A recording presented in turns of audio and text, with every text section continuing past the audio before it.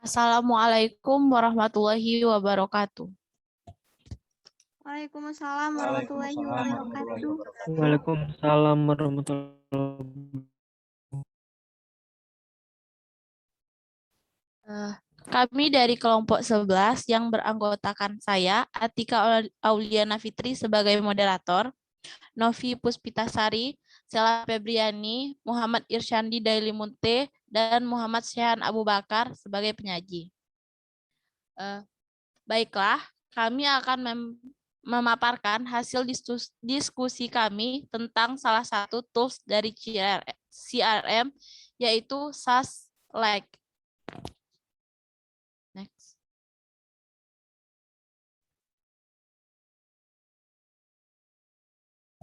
Next. Melek ya.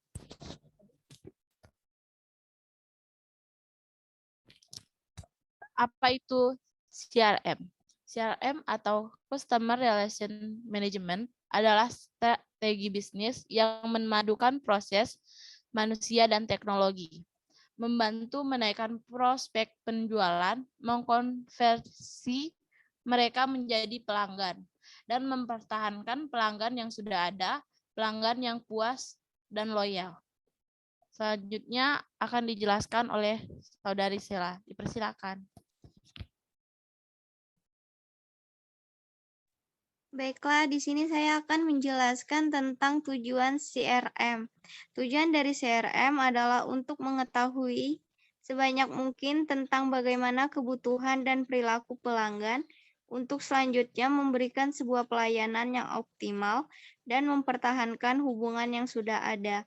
Karena kunci sukses dari bisnis sangat tergantung seberapa jauh kita mengetahui tentang pelanggan dan memenuhi kebutuhan mereka. Sulit bagi sebuah perusahaan untuk mencapai dan mempertahankan kepemimpinan dan profitabilitas tanpa melakukan fokus secara berkesinambungan yang dapat dilakukan pada CRM.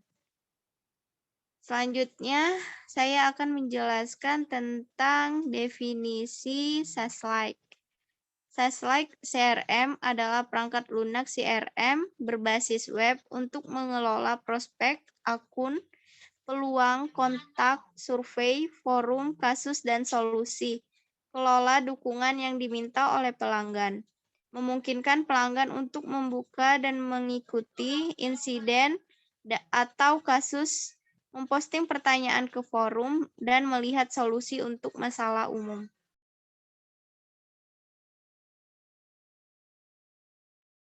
Baiklah, selanjutnya akan dijelaskan oleh Saudara Novi. Dipersilakan. Baiklah, saya akan menjelaskan fitur SAS CRM. 1. Sales Cloud mampu maksimalkan penjualan, meningkatkan pendapatan, produktivitas, dan visibilitas dalam bisnis. 2. Service Cloud transportasi layanan pelanggan dan menciptakan hubungan yang baik dengan mereka. 3. Marketing Cloud memantau dan berpartisipasi dalam jejaring sosial. 4. Salesforce Platform and Blockchain membuat aplikasi sosial yang inovatif, mobile, dan real-time pada platform yang dapat digunakan oleh lebih dari 100 pelanggan. 5. Sales Chapter membuat proses bisnis dalam hal sosial berkolaborasi secara real-time dari mana saja. Next. Lanjut, jenis layanan SaaS. Manajemen sumber daya pelanggan CRM memungkinkan pengguna untuk mengelola informasi klien dan melacak penjualan. 2. Enterprise Resource Planning ERP. Aplikasi SaaS yang paling cocok untuk organisasi besar. Yang ketiga, akuntansi dan faktur. Perangkat lunak bisnis yang berfokus pada layanan penagihan dan faktur. 4. Manajemen proyek. Perangkat lunak yang membantu rekan tim mengkomunikasikan proyek. 5. Hosting web dan e-commerce system server Jarak jauh yang menangani kehadiran online perusahaan, sumber daya manusia SaaS yang melacak keterlibatan karyawan, mengelola pengajian, proses pengerektorat, dan lain-lain. Selanjutnya, manajemen data, produk SaaS yang memfasilitasi analisis data yang melindungi data bisnis. Baiklah, selanjutnya akan dijelaskan oleh Saudara Irsandi, dipersilakan.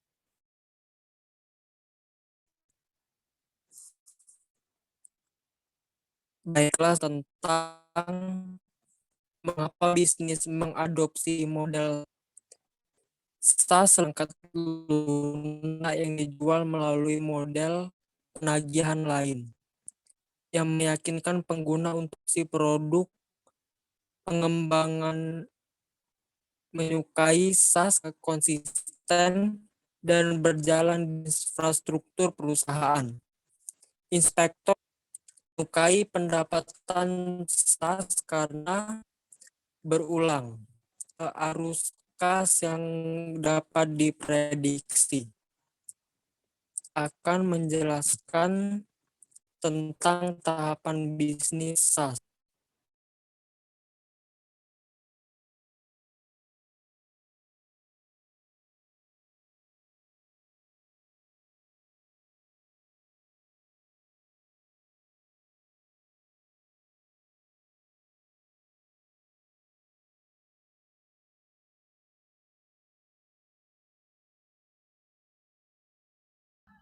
Saudara Sandi, apakah masih stay di Zoom? Apakah ada kendala?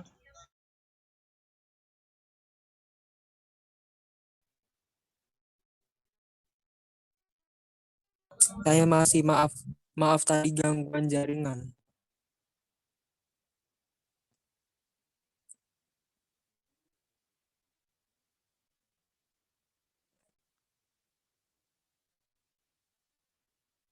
Baiklah, saya akan menjelaskan tentang tahapan bisnis. Yang pertama, membuat produk yang berfungsi dan memasarkannya ke pelanggan baru. Kedua, hypergrowth, mengalami pertumbuhan yang lebih cepat selain mengadopsi. Tahap ini kan perluasan data, bandwidth, dan segala macam akun pengguna. Ketiga, stabilitas mana model bisnis SaaS sejajar, mendapatkan pengguna baru dengan cepat dan mengalami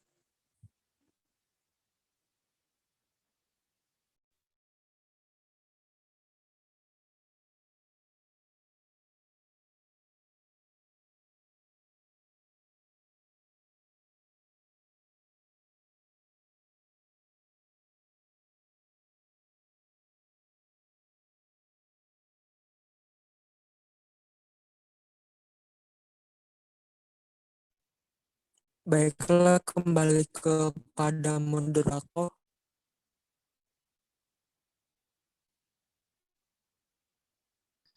Baiklah, selanjutnya akan dijelaskan oleh Sean, dipersilakan.